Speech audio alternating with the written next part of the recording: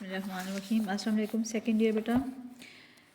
आज आप लोगों का मौसम का दौर में क्वेश्चन मैंने लिखवाए थे, तो आज आगे वासिक और मुतवक्किल के दौर के लिखवाने हैं। वैसे तो मैंने आपसे कहा था कि आज मैं आपका टेस्ट लूँगी मामून रशीद का, लेकिन ये टेस्ट फिर हम कल पे ले जाते हैं क्योंकि ये क्वेश्चन कंप्लीट हो जाए। आप इन सबको आज क्वेश्चंस को जो मैं लिखवा रही हूँ लिख लें। ये टेस्ट जो होगा ना वो कल होगा। अच्छा, आज का जो असल में काम है ना वो इन क्वेश्चंस के अलावा मैं आपको रीडिंग भी दे रही हूँ, ठीक है। यानी आप ये क्वेश्चंस लिखेंगे और उसके बाद दौर ज़वाल के जाफ़र के बाद जो दौर ज़वाल के खुलफा है ना, बनु अब्बास का दौर ज़वाल है, तो ये चैप्टर नंबर 10 जो है इसकी आज आपने रीडिंग करनी है, ठीक है। एक दफ़ा सारी रीडिंग कर लीजिएगा दौर ज़वाल के खुलफा के। तो कल मैं आपका मामून का औरल टेस्ट लूँगी और उसके बाद नेक्स्ट फिर चैप्टर तब हम स्टार्ट करेंगे। अच्छा, इन क्वेश्चंस को आप देख लें। खलीफा मुतसम के बाद कौन खलीफा बना? तो मुतसम के बाद जो उसका बेटा था, वासिक बिल्ला नाम है उसका, उसको खलीफा बनाया गया था, ठीक है। तो ये इसका आंसर है कि मुतसम के बाद उसका बेटा खलीफा बना, जिसका नाम जो है वो वासिक बिल्ला था। वासिक का वालदा जो है फ़रातीस थी। मैंने वालदा वगैरह का नाम वगैरह उस तरह नहीं डाले, ठीक है। वासिक के दौर के दो अहम वाक़यात, तो उसके दौर में बहुत सारी अरब बगावतें हैं। बनु कैस की बगावत है, अहमद बिन नसर की बगावत बनु सलीम की है, बनु नुमेर की बगावत है, ठीक है। तो अगला क्वेश्चन है कि वासिक की मजहबी पॉलिसी तारीर करें। असल में मुतसम, वासिक और मुतवक्किल जो है और मामून और रशीद, इन सब की मजहबी पॉलिसी पे क्वेश्चन आते हैं। वासिक भी मुतज़िला कायद का बहुत बड़ा हामी था, कट्टर मुतज़िला कायद रखता था और उसने उसकी हमायत में शदीद मजालम किए। मुतज़िला कायद की हमायत में जंगों में सिर्फ उन कैदियों को रिहा करवाया जो मुतज़िला कायद रखते थे। उलमा के अपने हाथों से सर कलम किए। तो बहुत शदीद किस्म का कट्टर मुतज़िला कायद का हामी था, ठीक है। किस अब्बासी खलीफा ने रोमियों के साथ कैदियों के तबादले में सिर्फ मुतज़िला कायद वाले मुसलमान कैदी रहा करवाए? तो इसका जवाब भी वासिक बिल्ला ही है। अहमद बिन नसर कौन थे? वासिक ने इनका सर क्यों कलम किया? तो ये वासिक के दौर के वाक़यात में आप देखें कि अहमद बिन नसर जो हैं वो एक हदीस के आलम थे और खलीफा वासिक के मुतज़िला अकायद पर उन्होंने सरे आम जो है वो रद्द किया और बगदाद के लोगों ने ना उनकी बैत करके हुकूमत के खिलाफ बगावत की तैयारी की। लेकिन ज़ाहिर खलीफा बर वक्त पता चल गया, उनको गिरफ़्तार किया गया और दरबार में जब इन्होंने वासिक के मुतज़िला अकायद को गलत करार दिया तो वासिक ने अपने हाथों से इनका सर कलम किया, ठीक है। वासिक की मुद्दत खिलाफत कितनी थी? तो वासिक का दौर जो है वो तकरीबन 5 साल 9 माह का है। और वासिक के बाद कौन खलीफा बना? तो खलीफा वासिक जो है मुतसम का बेटा था, लेकिन वासिक के बाद उसका भाई जो है ना जाफ़र बिन मुतसम, यानी मुतसम का एक दूसरा बेटा था, वो खलीफा बना जिसका जाफ़र मुतवक्किल कहते हैं। वासिक का अपना कोई वली अहद नहीं नामज़द था। वासिक के उमरान ने उसके छोटे बेटे को बनाने की कोशिश की, लेकिन मुतसम जाफ़र मुतवक्किल जो था वो खलीफा बना, ठीक है। किस अब्बासी खलीफा ने मुतज़िला की सरकारी सरपरस्ती तर्क की? तो ये जाफ़र मुतवक्किल का नाम आएगा। खलीफा मुतवक्किल ने अकायद मुतज़िला ख़त्म करने के लिए क्या कोशिशें की?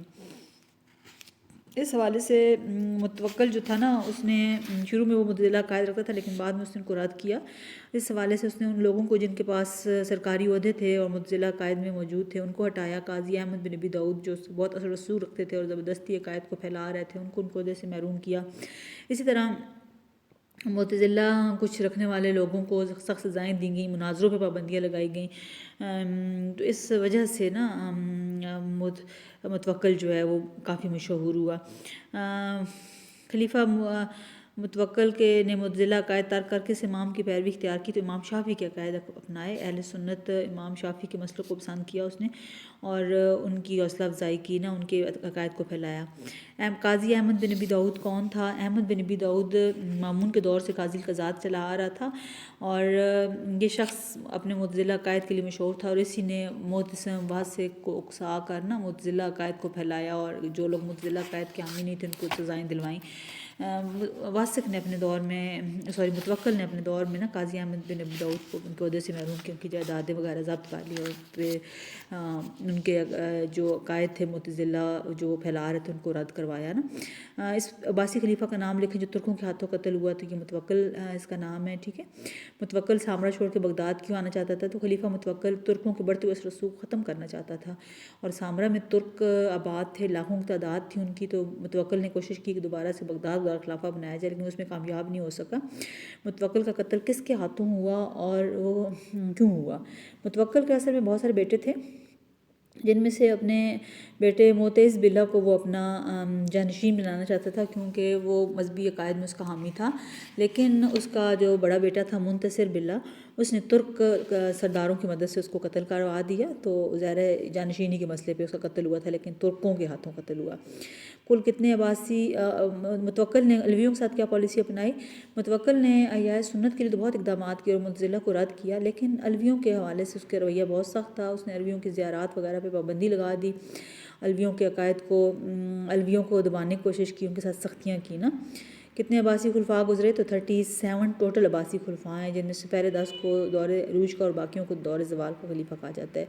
दौरे ज़वाल के 2 खुलफा के नाम, तो ये चैप्टर आप पढ़िएगा, उसमें भी 2 खुलफा के नाम लिख लीजिएगा, ठीक है। मुतवक्किल के बाद के नाम लिखिएगा।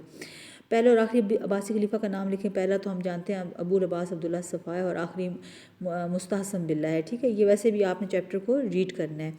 तो सेकंड ईयर बेटा, ये अब आप लोगों का आज का काम है। आप लोगों ने ये जो चैप्टर है इसको रीड करना है।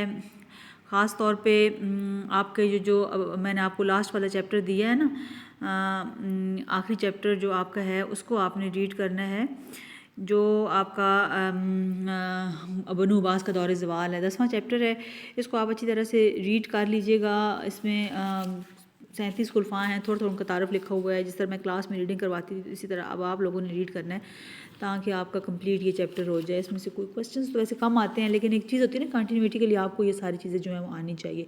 तो ये अब आप रीड कर लीजिएगा, क्वेश्चंस जो हैं वो करके मुझे चेक करवा दीजिएगा। कल आपका फिर मामून और रशीद के दौर का टेस्ट होगा।